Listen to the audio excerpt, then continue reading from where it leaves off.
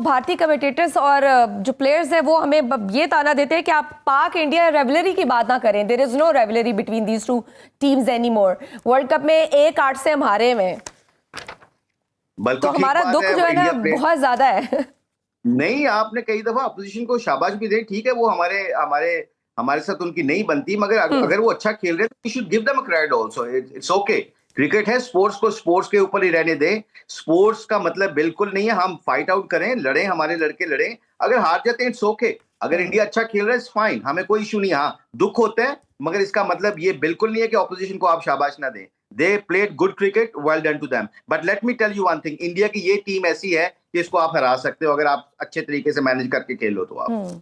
क्योंकि हमारे जैसे लोग जो शायद उस अभी तक मैंने अपने टाइम में अभी तक नहीं देखा, जैसे मैं क्रिकेट देखना शुरू हुई हूँ, कि हमने इंडिया से कोई मैच जीता हो, तो शायद इस वजह से ज्यादा फील होता है। अजय बस बताया जाता है कि आपके दौर में शायद जीते थे। अल्लाह का शुक्र है, हम तो शारजा में इनको कभी जीतने नहीं देते थे। डर होता था। नहीं, हमने काफी मैचेस जीते हैं, हम नेहरू कप भी जीत के आए, जब भी इंडिया में गए 99 में इंजमाम उल हक साहब की कप्तानी में पाकिस्तान टीम गई, वो 6-4 वनडे जीत के आई, सीरीज जीत के आई। वसीम अकरम साहब की कप्तानी में हम जीत के आए, हमने काफी जीता। हमारी ये जो 90s की अक्सर बात करते हैं, 90s के क्रिकेटर्स काफी जीत के आए, अल्लाह का शुक्र है। और ये नहीं, ये भी हमारे लड़के हैं, इन्होंने भी काफी परफॉर्मेंस की है। But coming back to the जो मुद्दे के ऊपर बात करनी चाहिए ना, मुद्दे के ऊपर इंप्रूव कहाँ पे करें। वो बार बार वही मिस्टेक करते हैं कि I personally think, I personally think being a Pakistani, मुझे ये लगता है कि जो बाहर की आवाजें हैं, वो अंदर वाले जो लोग होते हैं वो समझते हैं कि they are very negative people, they are always criticize us, maybe they are right, but let me tell you one thing, अगर सबकी आवाजें जो एक्स क्रिकेटर्स इस वक्त निजी टीमों पे बैठ के बात कर रहे हैं उनको पॉजिटिव लिया जाए तो I think you can improve. And ये लड़कों में इतना तप्पड़ है, यकीन कीजिए, they are very talented cricketer. मगर क्या है कि मुझे लगता है कि एक तो प्लान सही नहीं बताया जाता, कंडीशन को रीड नहीं करते, सिचुएशन को रीड नहीं करते, थोड़ी सी 3-4 मोटी मोटी चीजें हैं। साहबजादा फरहान को देख लो, he is been very successful. Why? He played red ball cricket. Red ball cricket खेल के जो लोग आएंगे लंबी देर के खेल के, इवन सलमान आगा भी, बाबर आजम भी, ये जो रेड बॉल जिन्होंने खेली हुई, इनके कैरियर आप उठा के देखें लंबे होते हैं। वरना जो जो सिर्फ व्हाइट बॉल से खेलते हैं 2020 के प्लेयर हैं, वो कंडीशन के मुताबिक, सिचुएशन के मुताबिक जो उनको मिलेगी, उनकी मर्जी के मुताबिक, तब अच्छा खेलेंगे, अदरवाइज फिर वो फंस जाते हैं। तो इसलिए हमें जरूरी चाहिए कि अंडर 19 लेवल के ऊपर हमें फोकस करना चाहिए सिलेक्टर्स को, कि हमारे जितने भी लड़के हैं उनको फास्ट ट्रैक करने की बजाय 2 साल उनको फर्स्ट क्लास में रगड़ा लगवाएं, फिर देखिएगा हमें कितने अच्छे टैलेंटेड प्लेयर मिलते हैं। बिल्कुल सही। और मुश्ताक भाई, अब कल तो जो होना था हो गया, हमारी टीम है, हमने सपोर्ट करना है, मगर बात यह कि अभी तो बड़ी टीमें और भी हैं, मैचेस भी बड़े अहम हैं आगे। तो आप क्या समझते हैं कम बैक के लिए, मतलब अगर मैं आपको जस्ट सम अप करने के लिए कहूँ कि कम बैक के लिए हमें क्या स्ट्रेटेजी अपनानी चाहिए? Never give up in life, never give up.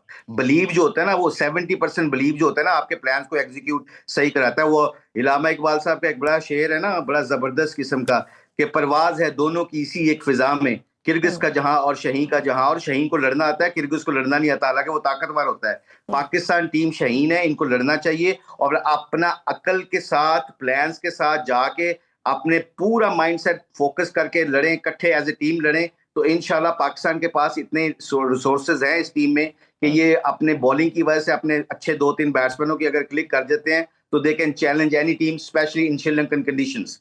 यानी आप फिर शायकीन को कह रहे हैं कि फिर से हम उम्मीद लगा लें?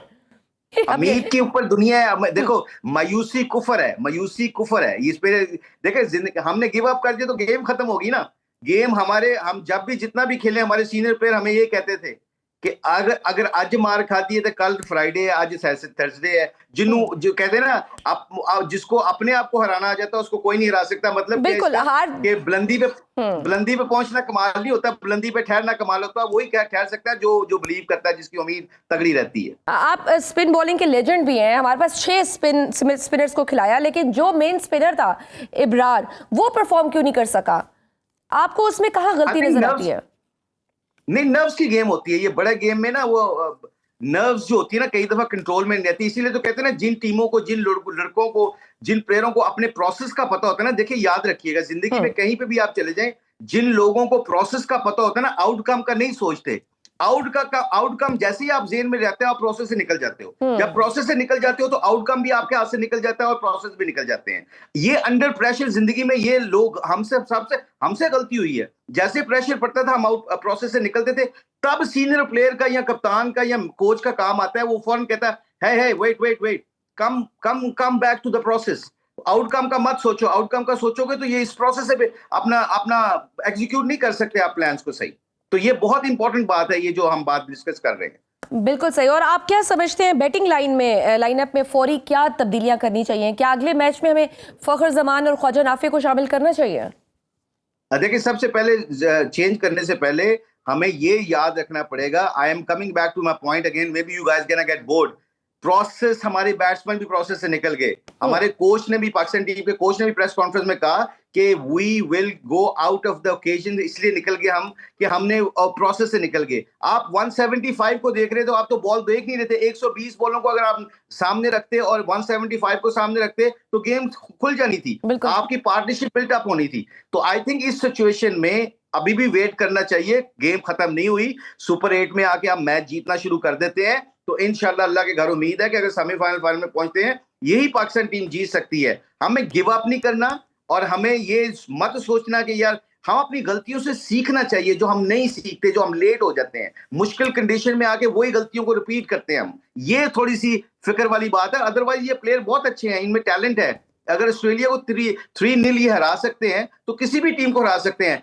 Bring them in process, bring them, tell them कि what is the process, how to read the condition, how to read the pitches and what to do. They are the very important issues we have to deal with it. बिल्कुल। और ये बताइए कि batting order क्या आप किस तरह से देख रहे हैं? क्या हमें उसमें भी चेंजेस करने की ज़रूरत है? अगर हम देखें कैप्टन सलमान आगा, अगर उनको 1 डाउन पे हम खिला दें, बाबर को हम सेकंड पे खिला रहे हैं, तो आई थिंक अब यही पिछले 5 मैचों में तो इनकी यही कॉम्बिनेशन बना होता है। याद रखिए कि 1-2 चेंज आप कर सकते हैं, जैसे आप नाफे की बात की है, फखर जमान की बात की है। इफ यू थिंक कि somebody is not performing well for last 5-6 games, it's okay to somebody, आप बड़े प्लेयर को भी ड्रॉप कर सकते हो, ये कोई मुश्किल काम नहीं होता। आपने देखना होता है कि अगले बंदे का कौन, यही तो गेम अवेयरनेस है, यही तो आपने सिचुएशन को रीड करके बड़ा फैसला करना होता है। देखे ना आपने वो क्या नाम था वो लेफ्ट आर्म स्पिनर हमारा सलमान रशाद, आई थिंक, जो क्या नाम उसका, I forgot his name, sorry. वो बड़ी अच्छी फॉर्म में था। अब बड़ा मैच था, उन्होंने बिल्कुल सही किया कि शहीन का माइंडसेट और वो ऐसे मैच खेल चुका है तो he will deliver the best. It does not mean कि उसको स्कोर पड़ गया, वो बॉलर अच्छा नहीं है, मगर कंडीशन के मुताबिक उसको हमने यूटिलाइज ही गलत किया। जैसे ही पहला ओवर हुआ, आपको चाहिए था कि फौरन ऑफ स्पिनर से बॉलिंग करवाना शुरू कर दे, कि because they were 2 left hander. तो आपका जो पॉइंट है कि जो इस वक्त चेंजिंग टीम में चाहिए, वो आपके कोच और टीम ने देखना है कौन से लड़के में कॉन्फिडेंस है इस वक्त, कौन अच्छा खेल रहा है, कौन नहीं खेल रहा होता। उसके बाद दलेरी से फैसला करना है। और याद रखिएगा, जो दलेरी से फैसले किए जाते हैं ना, दिल से खेले जाते हैं, दिल से किए जाते हैं, उनमें बरकत आ जाती है फिर।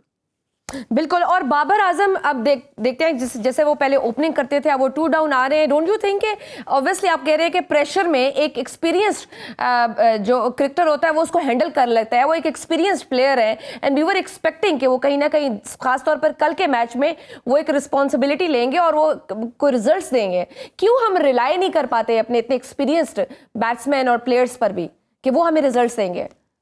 मुझे ये लगता है, शायद काफी लोग मेरी बात से एग्री नहीं करेंगे, पिछले साल 1.5 साल से बाबर को बिल्कुल उसकी गेम से हटा दिया गया। बाबर की गेम ही नहीं छक्कों चौकों वाली, छक्के मारने वाली, चौकों वाली थी। बाबर की गेम को आई थिंक ये कह के ये स्ट्राइक रेट बहुत कम है, तेरा स्ट्राइक रेट बढ़ा, तू चौके छिक्के मार, जाके पावर हिटिंग कर, ये वो कर। वो आपने उसको 4 डे से टेस्ट मैच से 50 ओवर में भी उसकी गेम को खराब कर दिया है। मुझे लगता है कि उसकी गेम, उसको हमने साल पहले मैं बोला था एक जगह पे, मैंने कहा उसको वैसे ही खेलने दे जैसे वो खेलता है। अगर उसकी टीम में जगह बनती है तो उसको उसके मुताबिक खेलने देना चाहिए।